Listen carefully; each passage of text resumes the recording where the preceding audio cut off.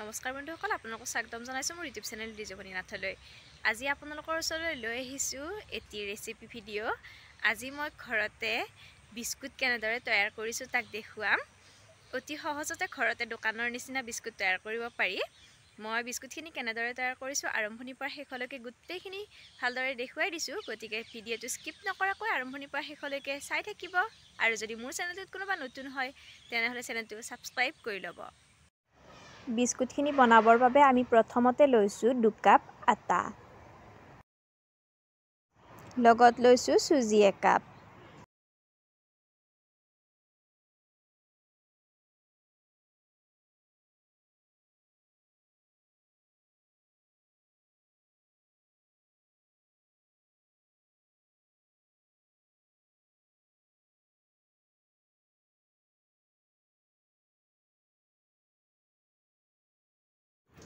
এতিয়া অকণমান সোৱাদ অনুযায়ী নিমখ আমি দি দিছোঁ।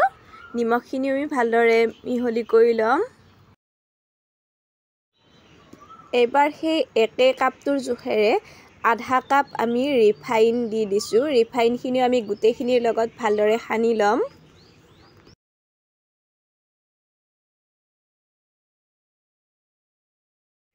ৰিফাইনখিনি আমি গোটেইখিনিতে সানি ল'লোঁ। এইবাৰ ইয়াতে দি দিছোঁ আমি এপেকেট পাউডাৰ গাখীৰ। এই গাখীৰ দিব নালাগে, পাউডাৰ গাখীৰেই দিব। পাউডাৰ গাখীৰ দিলে বিস্কুটৰ টেষ্টটো বেছি হয়, সেয়েহে আমি পাউডাৰ গাখীৰ এপেকেট দিছোঁ। পাউডাৰ গাখীৰখিনি দিয়াৰ পিছতো ভালদৰে এইখিনি আকৌ এবাৰ আমি মঠি ল'ম। যিহেতু এইখিনি এতিয়াও গুড়ি গুড়ি হৈ আছে, সেয়েহে ইয়াতে আমি অলপ অলপকৈ পানী দি গৈছোঁ। পানী একেবাৰতে বেছিকৈ নিদিব, অকণমান পানী দি ফাৰ্ষ্ট টাইম সানি ল'ব। তাৰপিছত যদি লাগে আকৌ এবাৰ দিলেই হ'ল। একেবাৰতে পানী দিলে আকৌ বেছি পনীয়া হৈ যাব। এয়া চাওক, এনেদৰে আমি মঠি ল'লোঁ। পূৰা আটা যেনেদৰে আমি মঠোঁ ঠিক এনেদৰে মঠি ল'লেই হৈ গ'ল। এয়া এইখিনি আমাৰ হৈ গৈছে।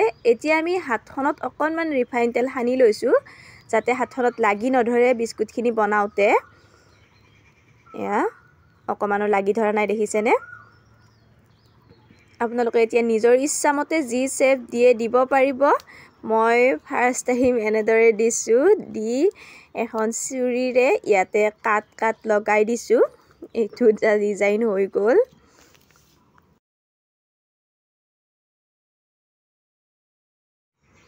একেদৰে আমি গোটেইকেইটা বিস্কুটৰ শ্বেপটো ফাৰ্ষ্ট টাইম দি ল'ম, নহ'লে আকৌ ভাজিব ধৰিলে দৌৰা দৌৰি লাগি যাব। সেয়েহে ফাৰ্ষ্ট টাইম আমি এই শ্বেপকেইটা দি লৈছোঁ।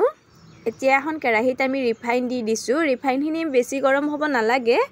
এয়া অকণমান গৰম হোৱাৰ লগে লগে আমি বিস্কুটকেইটা উঠাই দিছোঁ। বেছি গৰম হ'লে মানে কি হয়, লগে লগে দিয়াৰ লগে লগে ৰঙচুৱা হৈ যায় বিস্কুটকেইটা, কিন্তু ভিতৰ ছাইডটো নিসিজে। সেয়েহে আমি তেলখিনি অকণমান গৰম হোৱাৰ পিছতে বিস্কুটকেইটা দি দিছোঁ। এতিয়া আৰু লগে লগে ৰঙচুৱা নহয়, লাহে লাহে সিজি গৈ থাকিব। কিন্তু আপোনালোকে ইয়াৰ জুইটো বেছি নাৰাখিব, জুইটো কমকৈ ৰাখিব, নহ'লে বিস্কুটকেইটা দেখিবলৈ হ'ব কিন্তু ভিতৰ ছাইডটো সিজি নাহিব। সেয়েহে অলপ অলপ জুইত ভাজি থাকিব আৰু অকণমান টাইমৰ মূৰে মূৰে এনেদৰে ওলোটাই দি থাকিব। বিস্কুটকেইটা আমাৰ ৰেডি হৈ গৈছে। এয়া চাওকচোন, ধুনীয়া কালাৰ আহিছে। এইকেইটা অৱশ্যে ভাজোঁতে বহুত বেছি টাইম লাগে, কাৰণ কম জুইত যিহেতু ভজা হয়, সিজোতেও বহুত টাইম লাগে। সেয়েহে এইখিনি অলপ টাইম ভাজিব লাগিব। এয়া চাওক, এতিয়া আমি এনেদৰে উঠাই লৈছোঁ। এনেকুৱাকৈ উঠাব, নহ'লে তেলটো ৰৈ যায়। বন্ধুসকল, আজিৰ এই বিস্কুটৰ ভিডিঅ'টো চাই কেনেকুৱা পালে কমেণ্ট কৰি জনাবলৈ নাপাহৰিব। আৰু আপোনালোকেও এনেদৰে ঘৰত বনাই খাই চাবচোন, একদম দোকানৰ নিচিনা টেষ্টি হয়। আৰু এইটোৱে অপকাৰো নকৰে, কাৰণ আমি ঘৰুৱাভাৱে বনাইছোঁ। দোকানৰবিলাক ৰৈ যোৱা তেলতো ভাজে বা ময়দা ইউজ কৰে। ইয়াতে আমি ময়দা ইউজ কৰা নাই, আটা যিহেতু ইউজ কৰিছোঁ। এইটো উপকাৰীও হয়। এনেদৰে বনাই খাই চাবচোন।